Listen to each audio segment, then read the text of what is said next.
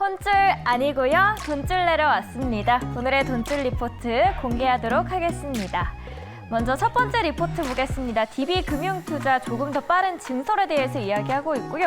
IBK투자증권에서는 또 수익성을 동반해서 확보한 기업, 마지막으로 신한금융투자의 추진력에 대해서 또 이야기해보도록 하겠습니다. 오늘의 첫 번째 리포트는 OCI 공개하도록 하죠. 현재가부터 함께 확인해 보겠습니다. 0.46% 빠지면서 10만 9천 원에 거래되고 있습니다. 제목은 증설에 대한 아쉬움이지만 목표 주가는 상향했습니다. 자세히 들어가 보겠습니다. 지금 당장은 수요 개선이 더 가파르기 때문에 타이트한 시황은 하반기까지 이어질 것으로 예상됩니다. 중국 업체들의 대규모 증설이 순차적으로 완공되는 시점이 23년인데요. 갈수록 폴리실리콘 가격은 하향 안정화될 것으로 예상됩니다. 다만 같은 우려에도 상대적으로 주가 추이가 견고한 중국 경쟁 업체들을 보면 OCI의 3에서 4만 톤에 달하는 설비 확장 결정이 조금은 더 선제적이었다면 하는 아쉬움은 남아있다는 점에서 그 아쉬움을 표명하고 있습니다. 목표 주가는 13만 원으로 상향했습니다. 오늘 아침부터 또 여러 가지 증권사들이 눈을 들인 기업이죠. 레몽레인 보도록 하겠습니다. 3.22% 상승하면서 19,250원에 거래되고 있습니다. 작은 고추가 맵다고 하죠. 레몽레인 작지만 강한 K 콘텐츠 제작사입니다. 지난 15년간 30여 편 이상의 제작 경험을 보유하고 있는 이 콘텐츠 스튜디오고요. 대표 콘텐츠로는 성균관 스캔들, 산후조리원 등이 있습니다. 그렇다면 올해의 기대작을 물으신다면 바로 주연이 송중기로 나오는 재벌집 막내 아들입니다. 요즘은 추세가 웹소설로 먼저 흥행해서 TV로 제작 인기를 얻는 건데요. 이번 재벌집 막내 아들도 인지도가 높은 웹소설 원작을 기반으로 제작해서 흥행 가능성이 높아 보입니다. 하반기 JTBC 그리고 해외 OTT 플랫폼과 또 공급 계약도 맺어서 앞으로 제2의 우영우 또 오징어 게임이 될지 기대해 보겠습니다. 목표 주가 6만 원 제시합니다. 마지막으로는 HK이노엔 보겠습니다. 현재 5%대 상승폭 키워가면서 43,100원에 거래되고 있습니다. 우선 기업은 실적이 탄탄하다고 봐야죠. HK이노엔 분기 최대 실적을 달성할 걸로 기대가 됩니다. 호실적의 배경은 약가 인상에 따라 MSD 백신 선주문인데요. MSD 백신 품목 중에서는 가다실 라인 공급가가 지난 1일자로 인상됐고요. 이 선주문 영향으로 2분기 매출이 크게 증가할 걸로 보입니다. MSD 백신만 있는 건 아닙니다. 기존 HK이노엔이 영위하고 있는 수액자나 또 K캡도 분기가 거듭될수록 성장하고 있습니다.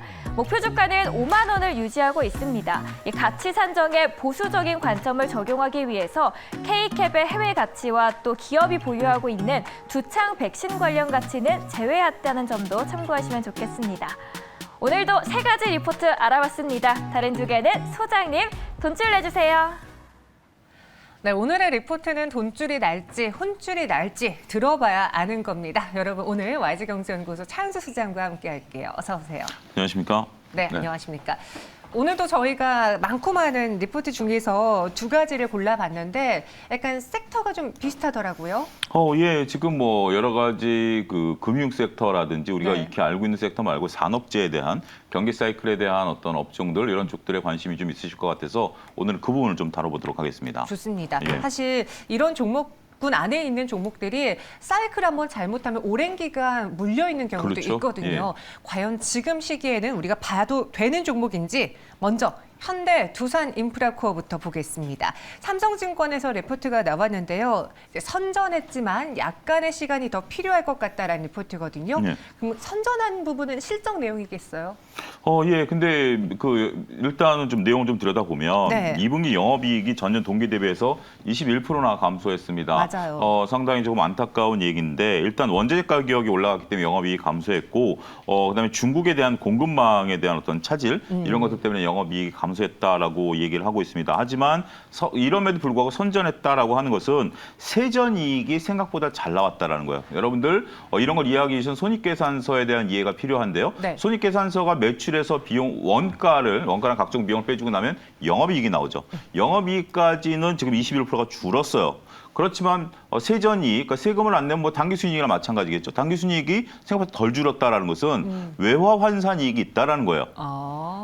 우리가 지금 최근에 환율이 올라가니까 네. 여러 가지 부분에 있어서 환율 효과를 보고 있는데요. 예를 들면 현대차 같은 경우 환율 효과를 매출에 엎었습니다. 그러니까 예를 들어서 우리가 뭐 1억짜리 제네시스를 판다라고 하면 그게 환율 때문에 실질적으로 달러 베이스로 보게 되면 우리가 1억 1천에 판 걸로 보고 그걸 매출로 그냥 잡아버렸어요. 근데 현대 두산 인프라코어는 이걸 환율을 떼서 영업의 손익을 빼버렸어요.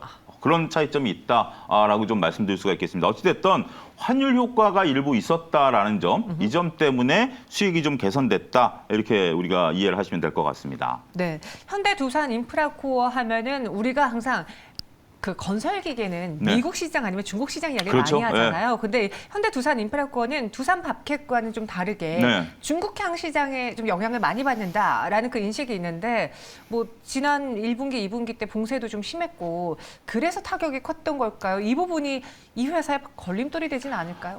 일단 그 정확히 보셨어요. 지금 이제 정현 아나운서가 얘기하신 것처럼 우리가 현대란 이미 붙기 전에는 두산 인프라코어죠. 편하게 네. 얘기를 하죠. 두산 인프라코어 같은 경우 일단 바켓은 미국 기업이니까 제외한다 하더라도 중국의 굴삭기를 많이 팔아야 된다라는 인식이 굉장히 강하죠.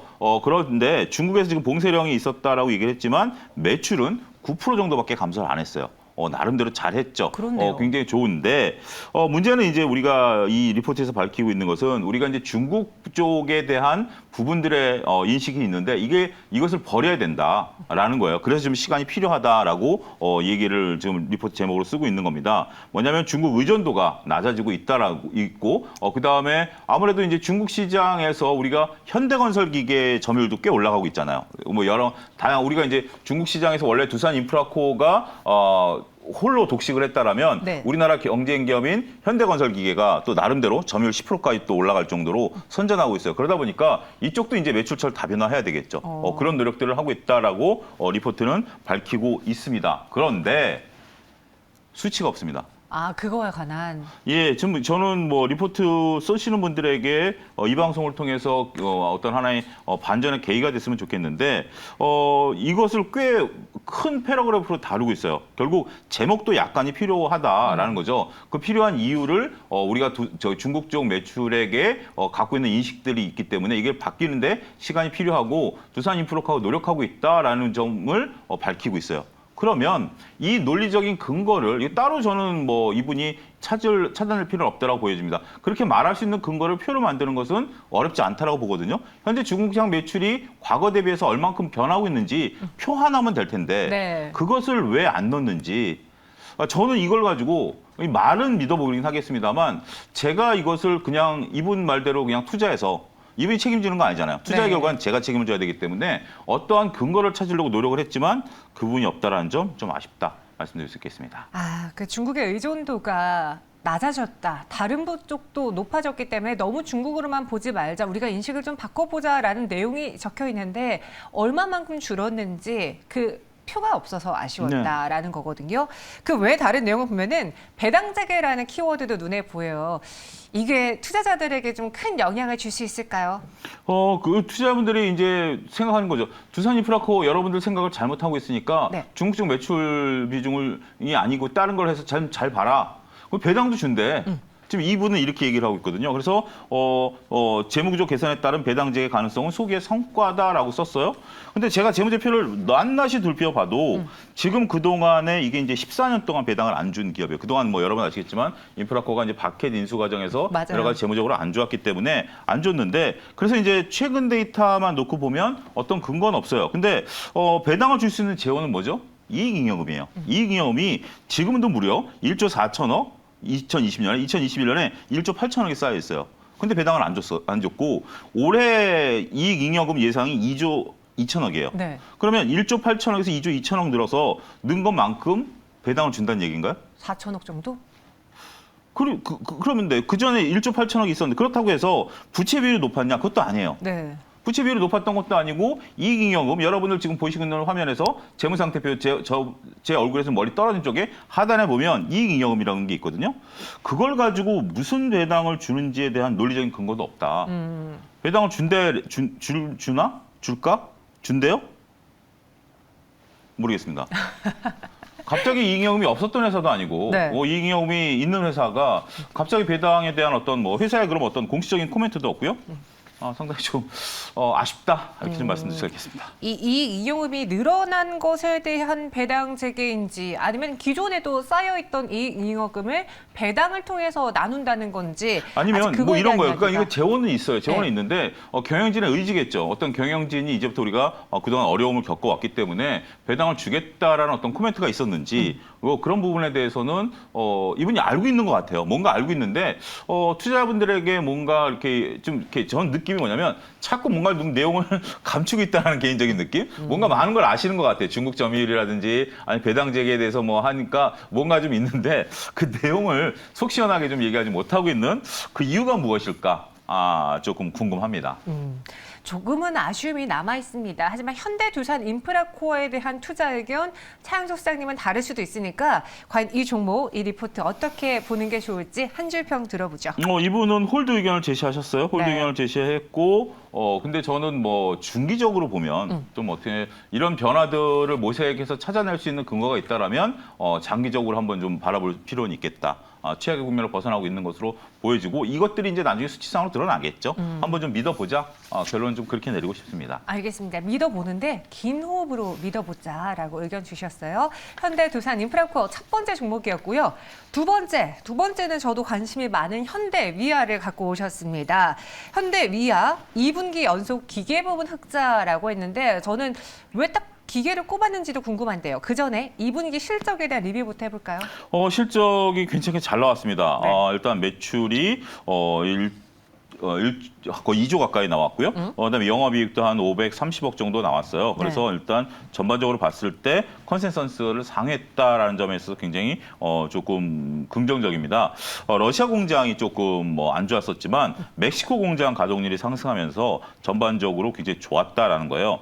근데 러시아 공장에 대한 어떤 가동률은 줄었습니다만 루브라를 좀 갖고 있는 것에 대한 환산 그 차익이 생기면서 네. 무려 1,200억 원의 환산 차익이 좀 생겼습니다. 이게 이제 그러니까 이게 똑같은 거예요. 영업이익 사이의 영업의 손익에 따라서 세전 이익이 늘어난 거예요. 오히려 그런 부분들 때문에. 근데 여러분들 현대위아의 어떤 단기 순이익에서 이건 빼주고 계산해야 됩니다. 무슨 얘기인가 하니 우리가 환율 효과는 지금 이제 루브라가 이제 이렇게 환율 효과를 봤는데 전쟁이 끝나고 나면 루브라 가치가 또 안정세를 나타내면 이것도 상쇄돼 버리거든요. 그렇죠. 그러니까 이제 그런 것들을 빼고 이제 보셔야 된다라고 조금 말씀드릴 수가 있겠고 차량과 기계 부분이 있는데 차량 부품 부분들은 러시아 때문에 조금 많이 어려워졌다라고 말씀드릴 수가 있겠고 반면에 기계 부분 이게 이제 주로 멕시코 쪽인데 이런 쪽에서는 굉장히 잘 나타냈다 이렇게 좀 말씀드릴 수가 있겠습니다. 사실 현대위아 하면은 가장 먼저 떠오를 수 있는 게 자동차 부품 이쪽인데 네. 그 부분보다는 기계 쪽에서의 부분의 흑자 기록이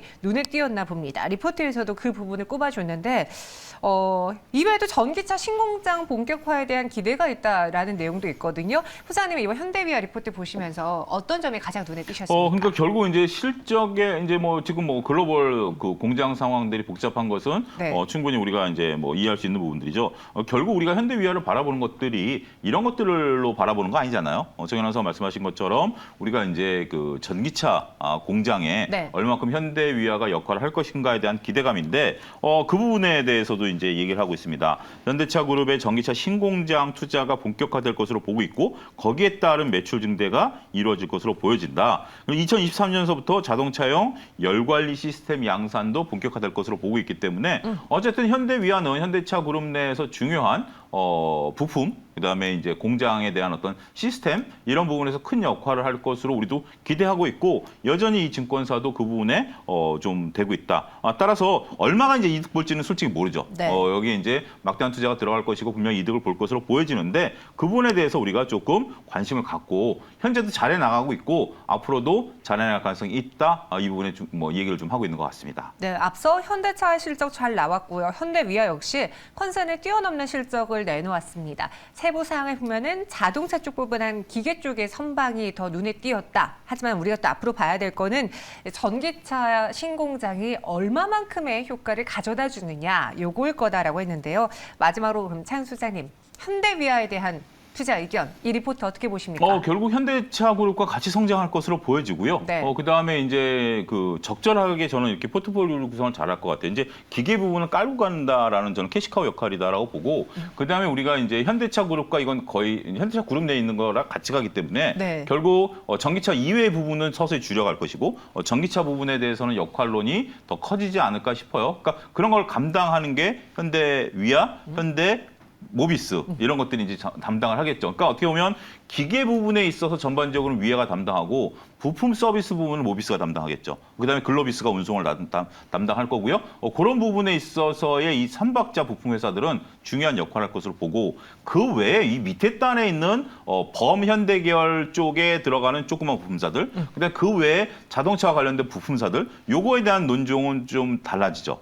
한 가지 이제 뭐 시간이 좀 있으니까 한 가지 질문을 드릴게요. 현대차에 대한 어떤 실적 트리거하고 부품사들에 대한 트리거가 왜 그 상승, 그러니까 이제 이익률이 네. 왜 다를까요? 자동차 완성차랑 부품 완성차가 쪽에서요? 더 잘 나왔고 네. 부품 쪽이 좀 덜 나왔어요. 왜 그럴까요? 차는 똑같이 팔았는데. 워낙 부품 회사들이 많아졌기 때문에 현대차가 조금 더 가격적으로 우위를 점해서 골라 쓴 거 아닐까요? 정연 아나운서 뚜껑 열리는 차를 부품을 여러 군데서 봤나요? 저는 뚜껑 열린 차라 받지도 않아요. 아예. 한 군데서 봤잖아요. 네. 이게 뭐냐면 부품사들은 국내 납품이고요. 네. 그다음에 현대차는 글로벌 판매에서 환율 효과를 봤어요. 그러니까 국내 기업들을 통해서 부품을 사가지고 봐서 요걸 가지고 또 환율 효과를 차익을- 봤기 때문에 그런 부분들 때문에 영업이익률이 좀 달라졌다. 그 부분을 여러분들이 그러니까 네. 결국 지금에 있어서 하나의 트리거는 환율 효과고요. 환율 효과에 대한 부분들은 적절한 가감을 여러분들이 하셔야 된다라는 점 다시 한번 말씀드리도록 하겠습니다. 저 이루키님이 갑질했겠죠라고 하는데 갑질이 아니라 환율 효과라고 하네요. 예. 네, 여러분. 그거는 이제 네. 갑질한다라는 것은 네. 영업이익률을 똑같이 가져가는 거고 제가 얘기한 증가율을 갖고 얘기한 거기 때문에 네. 그 부분하고는 조금 좀 뭐 우리나라 그 회사들 잘하고 있어요. 그만. 잘하고 있어요. 네, 이렇게 마무리해 예. 보도록 하겠습니다. 오늘 현대위아 그리고 현대두산인프라코어 이야기 나눠봤고요. 여기서 인사드리겠습니다. 고맙습니다. 감사합니다.